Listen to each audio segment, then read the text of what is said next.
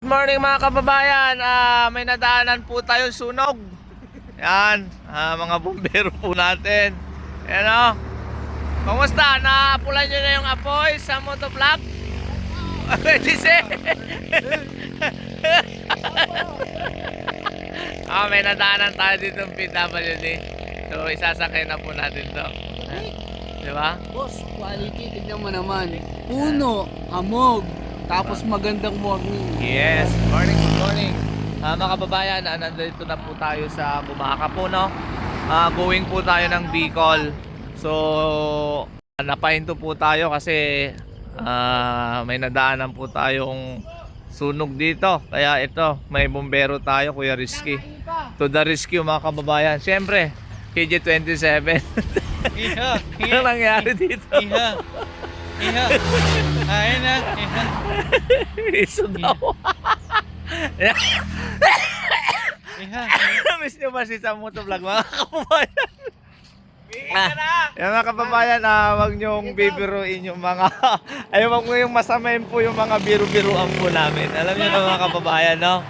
Ayan, dito po tayo, nahinto po tayo sa Bumaka po ng Quezon Province. Yan. Tapos, hintay pa natin yung kasi kaya napahinto rin po tayo. Inaantay natin yung sasakyan pa na kasama natin. Kasi nasa 7-Eleven po sila. So, nandito po tayo ngayon sa kahabaan ng Bumaka sa may Quezon Province. Abang-abang po tayo dyan sa destination po natin dyan sa madadaanan natin dyan sa may part ng Bicol.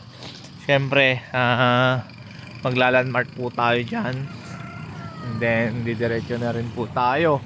Siguro bukas sa lugar na kung saan po tayo pupunta, no? Ayun, kita-kits mga kababayan dyan.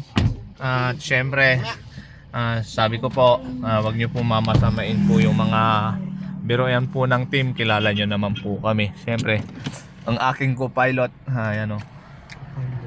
Rescue boy. Diba? Anong kupanot? Kupay. Diba?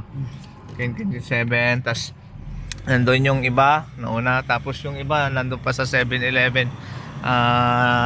Dito na namin aantayin dito sa may gasoline station sa kabila kasi magpapakarga pa po kami. Yan.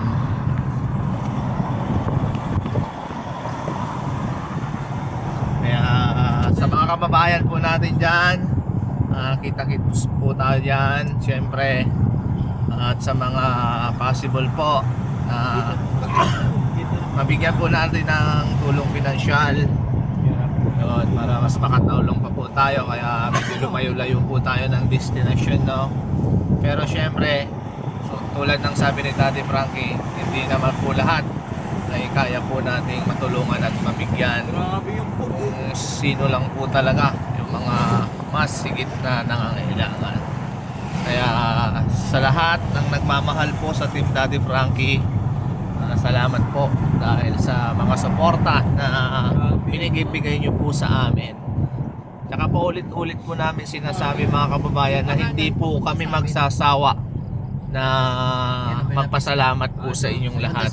Dahil sinasabi po namin, hindi po kami magiging ganito, walang team na ganito, walang Daddy Frankie, kung hindi din dahil sa mga suporta yung binigay po sa amin. Kaya samahan nyo po kami sa araw-araw po namin misyon. Lagi po namin sinasabi, mahal namin po kayong lahat. So kita-kits tayo mga kababayan dyan sa Bicol. Peace out.